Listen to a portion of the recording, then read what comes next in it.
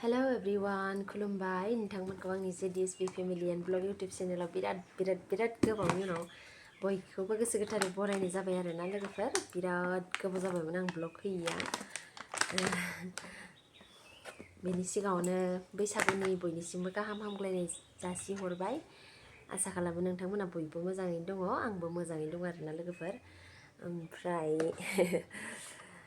साननैसो मास मोननै मोनथामसोनि सिगाङाव गोबाङानो माने जा सासे सानै नायग्रा आंनि भिउवार्सफोर दंमोन, बिथांमोना आंखौ सोंहरबाय थादोंमोन आरोना, आब' मानो ब्लग होथारला, आगै मानो ब्लग होथारला, बाजै मानो ब्लग होथारला, बिदि होननानै सोंहरबाय थादोंमोन आरोना लोगोफोर। ओमफ्राय आं रावनोबो रिप्लाइबो होनाय जायाखै। मानि थाखाय होनाय जायाखै, आं ब्लग होयैनि जाहोनानो जाबाय माबा लोगोफोर, आंनिया मबाइला गाज्रि जानानै दंमोन आरोना।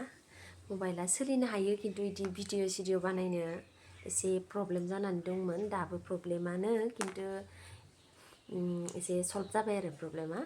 ओंखायनो दायो आं भिडिअ होफिननो होननानै सानबाय आरोना लोगोफोर।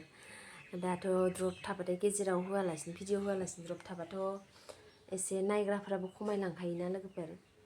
सिगाङाव जेरैबायदि अनसायदोंमोन, नोंथांमोना बेबायदिनो अनसायफिनगोन होननानै आसा खालामबाय। ओमफ्राय मा होनो, नायलांबाय थादो लोगोफोर, फिसा फिसा ब्लग होफिनलांबाय थानोसै आरो। फिसालाया उन्दुदों नै,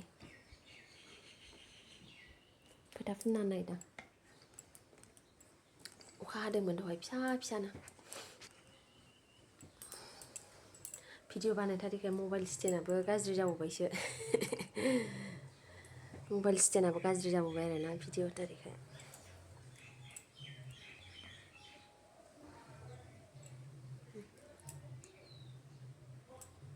फोथा फुननो नागिरदों फिसालानो।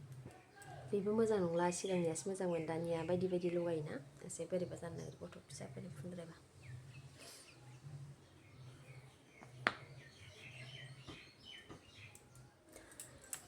आंनि इउटिउब चेनेला मनिटाइजबो जाबायमोन आरोना लोगोफोर। ओमफ्राय एसे डलार जानानै दं, खिन्थु बुरजा जायाखै आरो। ब्लग होबाय थाबा, नोंथांमोना नायबाय थाबासो आं डलारखौ मोनसिगोन आरोना लोगोफोर। नायलांबाय थादो, आं फिसा होलांबाय थानोसै आरो। बाय, बेखिनियानोमोन।